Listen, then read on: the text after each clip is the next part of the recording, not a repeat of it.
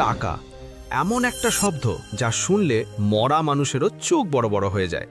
আর যদি শোনা যায় শুয়ে বসে টাকা কামানোর কোনো রাস্তা আছে, তাহলে তো কথাই নেই।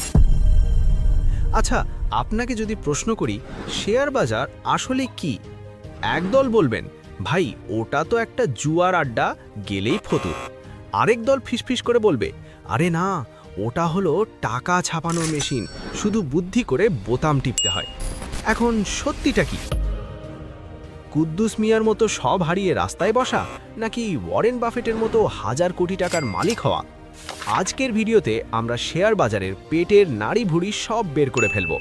আপনি যদি মনে করেন শেয়ার বাজার মানেই হলো লটারি, তাহলে আগামী কয়েকটি মিনিট আপনার জীবনের মোড় ঘুরিয়ে দিতে পারে। তাই পপকর্ন হাতে নিন আর নড়ে চড়ে বসুন, কারণ আজ আমরা শেয়ার বাজারের A to Z এমনভাবে শিখব যা আপনার দাদিমাও বুঝবে।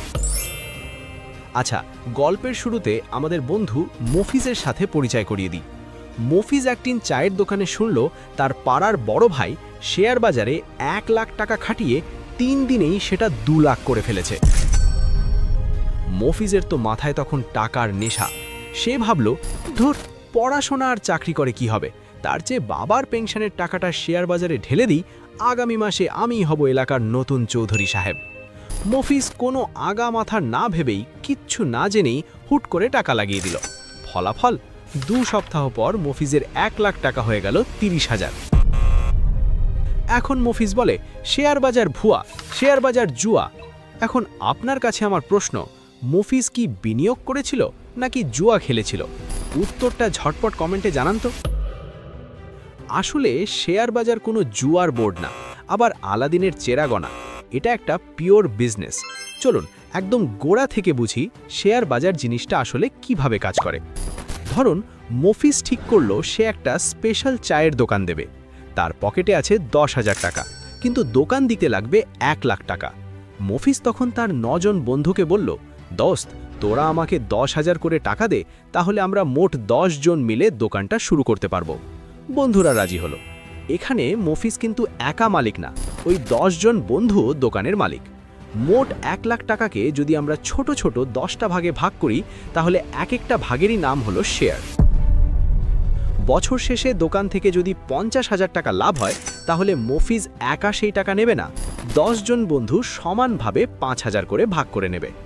এটাই শেয়ার বাজারের একদম বেসিক কনসেপ্ট। আপনি টাকা দিয়ে কোনো কোম্পানির মালিকানার একটা ছোট্ট অংশ কিনছেন। এখন প্রশ্ন হলো, বড় বড় কোম্পানিগুলো শেয়ার বাজারে আসে কেন? ধরুন মফিজের চায়ের দোকান খুব হিট হয়ে গেল। এখন সে চায় ঢাকায় একটা বিশাল চায়ের ফ্যাক্টরি বানাতে, কিন্তু ফ্যাক্টরি বানাতে লাগবে 10 কোটি টাকা। মফিজের কাছে এত টাকা নেই, ব্যাংকও এত লোন দেবে না। তখন মফিজ ঠিক করলো সে পাবলিকের কাছে হাত পাতবে। সে বলল, ভাই সব আমার কোম্পানিতে টাকা লাগান, আমি আপনাদের মালিকানা দেব। কোম্পানি যখন প্রথমবারের মতো সাধারণ মানুষের কাছে শেয়ার বিক্রি করার জন্য বাজারে আসে, সেটাকে বলে আইপিও বা ইনিশিয়াল পাবলিক অফারিং। এটাকে প্রাইমারি মার্কেট বলে। এখান থেকে শেয়ার কেনার মানে হলো আপনি সরাসরি মফিজের কোম্পানির পার্টনার হলেন। কিন্তু ভাই, আপনি যদি আজ শেয়ার কেনেন আর কাল আপনার টাকার দরকার হয়, তখন আপনি শেয়ারটা কার কাছে ফেরত দেবেন? মফিজের কাছে? না, মফিজ তো টাকা নিয়ে ফ্যাক্টরি বানাচ্ছে, সে টাকা ফেরত দিতে পারবে না। তখন আপনাকে যেতে হবে সেকেন্ডারি মার্কেটে বা স্টক এক্সচেঞ্জে, যেমন বাংলাদেশে Dhaka stock exchange. Stock exchange হলো একটা বিশাল বাজারের মতো। এখানে লক্ষ লক্ষ মানুষ শেয়ার কেনাবেচা করছে। আপনার টাকার দরকার হলে আপনি অন্য আরেকজন মানুষের কাছে আপনার শেয়ারটা বিক্রি করে দেবেন। এখানে কোম্পানি বা মফিজের কোনো হাত নেই। হাত বদলটা হচ্ছে আপনার আর আরেকজন ক্রেতার মধ্যে। এই কেনাবেচাটা যেখানে হয়, সেটাই হলো শেয়ার বাজার। আর এই কেনাবেচা করার জন্য আপনি তো সরাসরি এক্সচেঞ্জে গিয়ে চিৎকার করতে পারবেন না। আপনাকে যেতে হবে একজন ব্রোকারের কাছে। ব্রোকার হলো ঘটকের মতো। আপনি ব্রোকার হাউসে একটা বিও অ্যাকাউন্ট খুলবেন। ব্যাংকে টাকা রাখতে যেমন অ্যাকাউন্ট লাগে, শেয়ার রাখতে লাগে বিও অ্যাকাউন্ট। আপনি অ্যাপের মাধ্যমে বা ব্রোকারকে ফোন দিয়ে বলবেন শেয়ার কেনো, তারা কিনে দেবে। বলবেন বেচো, তারা বেচে দেবে। মাঝখান থেকে তারা সামান্য কিছু কমিশন নেবে। সিস্টেমটা একদম পানির মতো সহজ। এখন মফিজ তো শেয়ার বাজারে চলে এলো, কিন্তু শেয়ারের দাম বাড়ে বা কমে কেন? এটা বুঝতে রকেট সায়েন্টিস্ট হওয়া দরকার নেই। কাঁচা বাজারে ইলিশ মাছের কথা ভাবুন। বাজারে ইলিশ কম, কিন্তু কেনার জন্য মানুষ পাগল। তখন মাছের দাম কি হবে? হু হু করে বাড়বে। শেয়ার বাজারও তাই। যদি মফিজের কোম্পানি ভালো ব্যবসা করে, সবাই তখন মফিজের শেয়ার কিনতে চাইবে। কেনার লোক বেশি কিন্তু শেয়ার কম, তখনই শেয়ারের দাম রকেটের গতিতে ওপরে ওঠে। একে বলে বুল মার্কেট বা ষাঁড়ের গুঁতো। আবার উল্টোটা ভাবুন, মফিজের কোম্পানি লস করছে, কেউ ওই শেয়ার রাখতে চাইছে না, সবাই বিক্রি করে পালাতে চাইছে, তখন শেয়ারের দাম ধপাস করে পড়ে যাবে। একে বলে বিয়ার মার্কেট বা ভাল্লুকের থাবা। এখন আসল কথায় আসি, মানুষ কেন বলে শেয়ার বাজার জুয়া? কারণ আমাদের দেশের 90% মানুষ মফিজের প্রথম অবস্থার মতো। তারা কোম্পানি কি করে, তার ভবিষ্যৎ কি, লাভ কেমন, কিচ্ছু দেখে না। তারা দেখে ফেসবুকে রফিক ভাই বলেছে এই শেয়ারের দাম বাড়বে, ব্যাস হুমড়ি খেয়ে সেটা কেনা শুরু করে। এটাকে বিনিয়োগ বলে না, এটাকে বলে হুজুগে মাতাল হওয়া। আপনি যখন না জেনে না বুঝে লটারির মতো কোনো শেয়ার কিনবেন, তখন সেটা জুয়াই হবে। আর যখন কোম্পানির নারী নক্ষত্র জেনে টাকা খাটাবেন, তখন সেটা হবে বিজনেস। এই যে হুজুগে না পড়ে নিজের মনকে নিয়ন্ত্রণ করা, লোভ সংবরণ করা, এটা কিন্তু শেয়ার বাজারে টিকে থাকার মূল মন্ত্র। আসলে টাকার সাথে আমাদের মনের সম্পর্কটা কেমন হওয়া উচিত, কেন আমরা ভুল নির্ধারণ নিই, সেটা নিয়ে আমাদের টাকার সাইকোলজি নিয়ে দারুণ একটা ভিডিও আছে। ওপরের আই বাটনে ক্লিক করে সেটা দেখে আসতে পারেন। বিশ্বাস করুন, আপনার চিন্তাধারাই বদলে যাবে। এই ভিডিওটা শেষ করে অবশ্যই দেখে নেবেন। শেয়ার বাজার থেকে দুইভাবে টাকা ইনকাম করা যায়। এক হলো ডিভিডেন্ড বা লাভ্যাংশ, মানে কোম্পানি বছর শেষে যে লাভ করে তার একটা অংশ আপনাকে ক্যাশ টাকা হিসেবে দেবে। আর দুই হলো ক্যাপিটাল গেইন বা মূলধনী লাভ। ধরুন আপনি 100 টাকায় একটা শেয়ার কিনলেন, 1 বছর পর সেটার দাম হলো 150 টাকা, আপনি বিক্রি করে দিলেন, মাঝখান থেকে 50 টাকা লাভ। তবে দাঁড়ান, সব চকচকে জিনিস কিন্তু সোনা নয়। শেয়ার বাজারে নামার আগে আপনাকে দুই ধরনের অ্যানালিসিস বা বিশ্লেষণ শিখতে হবে। প্রথমটা হলো ফান্ডামেন্টাল অ্যানালিসিস। সহজ বাংলায় এটা হলো বিয়ের আগে পাত্র বা পাত্রীর বংশ পরিচয় আর ইনকাম সোর্স চেক করার মতো। আপনি একটা কোম্পানির শেয়ার কিনছেন, মানে তাকে বিয়ে করছেন। তো কোম্পানিটা আসলে কি করে, তাদের ম্যানেজমেন্টে কারা আছে, তারা কি আদৌ লাভ করছে নাকি সব ভুয়া, তাদের ঋণের বোঝা কত, এই সব কিছু দেখাটাই হলো ফান্ডামেন্টাল অ্যানালিসিস। এই অ্যানালিসিস আপনাকে বলবে কোন শেয়ারটা কিনবেন। দ্বিতীয়টা হলো টেকনিক্যাল অ্যানালিসিস। এটা হলো গ্রাফ বা চার্ট দেখা। ডাক্তার যেমন ইসিজি রিপোর্ট দেখে হার্টের অবস্থা বোঝে, আপনাকেও বুঝতে হবে শেয়ারের দাম এখন কমছে নাকি বাড়ছে। টেকনিক্যাল অ্যানালিসিস আপনাকে বলে দেবে কখন শেয়ারটা কিনবেন এবং কখন বিক্রি করবেন। আচ্ছা, আপনার কি মনে হয় শেয়ার বাজারে কি শুধু টাকাওয়ালা লোকেরাই লাভ করতে পারে?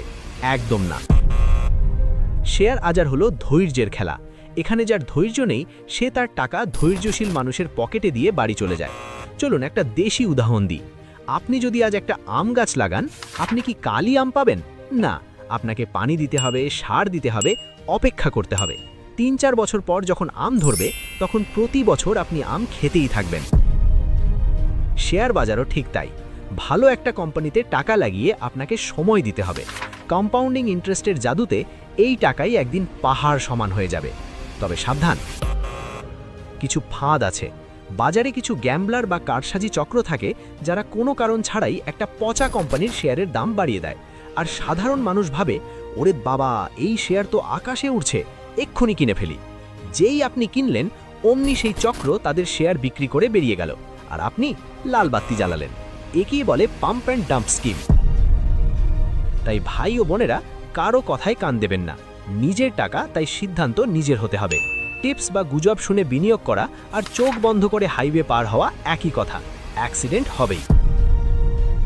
এখন আপনি হয়তো ভাবছেন, ভাই এত কিছু শিখব কিভাবে, আমার তো কমার্সের ব্যাকগ্রাউন্ড না। ভয়ের কিছু নেই, আজকাল ইউটিউব, গুগল মামা আছে। আর শুরুতেই লাখ টাকা নিয়ে নামার দরকার নেই। আপনি চাইলে সামান্য 5-10 হাজার টাকা দিয়েও শেখা শুরু করতে পারেন। এটাকে টিউশন ফি হিসেবে ধরুন। আরেকটা গোল্ডেন রুল শিখিয়ে দিই, কখনো সব ডিম এক ঝুড়িতে রাখবেন না। মানে সব টাকা এক কোম্পানিতে লাগাবেন না। টাকা ভাগ করে ভিন্ন ভিন্ন সেক্টরে লাগান। ব্যাংকে কিছু, ওষুধ কোম্পানিতে কিছু, আবার সিমেন্ট কোম্পানিতে কিছু। এতে করে একদিকে লস হলেও অন্য দিক দিয়ে লাভ হয়ে ব্যালেন্স হয়ে যাবে। একে বলে পোর্টফোলিও ডাইভার্সিফিকেশন। ভিডিওর এই পর্যায়ে আপনাদের কাছে একটা প্রশ্ন, আপনার হাতে যদি এখন 1 লাখ টাকা থাকে, আপনি কি সেটা দিয়ে আইফোন কিনবেন নাকি শেয়ার বাজারে ভালো কোনো কোম্পানিতে ইনভেস্ট করবেন? বুদ্ধিমানরা উত্তরটা কমেন্টে দিয়ে দিন। শেয়ার বাজারকে যারা জুয়া বলে তারা আসলে অলস। তারা শিখতে চায় না, পরিশ্রম করতে চায় না, শুধু রাতারাতি বড়লোক হতে চায়। আর যারা এটাকে টাকা ছাপানোর মেশিন ভাবে, তারা জানে যে এই মেশিনের তেল হলো জ্ঞান আর ধৈর্য। বাংলাদেশের শেয়ার বাজারের ভবিষ্যৎ কিন্তু অনেক উজ্জ্বল। আমাদের অর্থনীতি বড় হচ্ছে, সঠিক নিয়ম মেনে বিনিয়োগ করলে এখান থেকে যা রিটার্ন পাওয়া সম্ভব তা ব্যাংকের ফিক্সড ডিপোজিট বা জমি কিনেও পাওয়া কঠিন। তবে শর্ত একটাই, লোভ করা যাবে না। মনে রাখবেন, অতি লোভে তাঁতি নষ্ট, আর অতি লোভে বিনিয়োগকারীও নষ্ট। তো সারমর্ম কি? 1. শেয়ার বাজার জুয়া নয় যদি আপনি জেনে বুঝে নামেন। 2. কারো টিপস বা গুজবে কান দেবেন না। 3. ফান্ডামেন্টাল আর টেকনিক্যাল অ্যানালিসিসের বেসিক শিখুন। 4. লম্বা সময়ের জন্য বিনিয়োগ করার মানসিকতা রাখুন। 5. সব টাকা এক জায়গায় ঢালবেন না। বন্ধুরা, আজকের এই ভিডিওটি যদি আপনার মাথার জট একটুও খুলতে পারে, তাহলেই আমাদের সার্থকতা। শেয়ার বাজার কোনো ভয়ের জায়গা না, এটা আপনার সম্পদ গড়ার একটা হাতিয়ার হতে পারে। শুধু দরকার একটু পড়াশোনা আর কমন সেন্স। মফিজ এখন আর হুজুগে শেয়ার কেনে না, সে এখন পড়াশোনা করে, কোম্পানি যাচাই করে, তারপর ইনভেস্ট করে। মফিজ এখন লাভের মুখ দেখছে। আপনিও কি মফিজের মতো স্মার্ট হতে চান, নাকি সেই পুরনো মফিজের মতো লস করে কানতে চান? সিদ্ধান্ত আপনার। এই ভিডিওটি বানাতে আমাদের অনেক গবেষণা করতে হয়েছে, যাতে কঠিন বিষয়গুলো একদম পানির মতো সহজ করে আপনাদের সামনে তুলে ধরতে পারি। যদি ভিডিওটি ভালো লাগে, একটা লাইক দিন, কারণ আপনার একটা লাইক আমাদের পরবর্তী ভিডিও বানাতে প্রচুর উৎসাহ দেয়। আর বন্ধুদের সাথে শেয়ার করুন, যাতে তারাও শেয়ার বাজার নিয়ে ভুল ধারণা থেকে বেরিয়ে আসতে পারে। আচ্ছা, আজকের তো বেসিক জানলাম। আপনারা কি জানতে চান যে কিভাবে ভালো শেয়ার খুঁজে বের করবেন বা টেকনিক্যাল অ্যানালিসিসের সহজ টেকনিকগুলো কি? যদি চান তাহলে কমেন্টে লিখুন পার্ট 2 চাই। আপনারা যত বেশি কমেন্ট করবেন, তত তাড়াতাড়ি আমরা ডিটেলস ভিডিও নিয়ে আসব। তাহলে আজ এ পর্যন্তই, দেখা হবে পরের ভিডিওতে। ততক্ষণ পর্যন্ত পকেট ভর্তি টাকা থাকুক আর মাথায় থাকুক বুদ্ধি। আল্লাহ হাফেজ।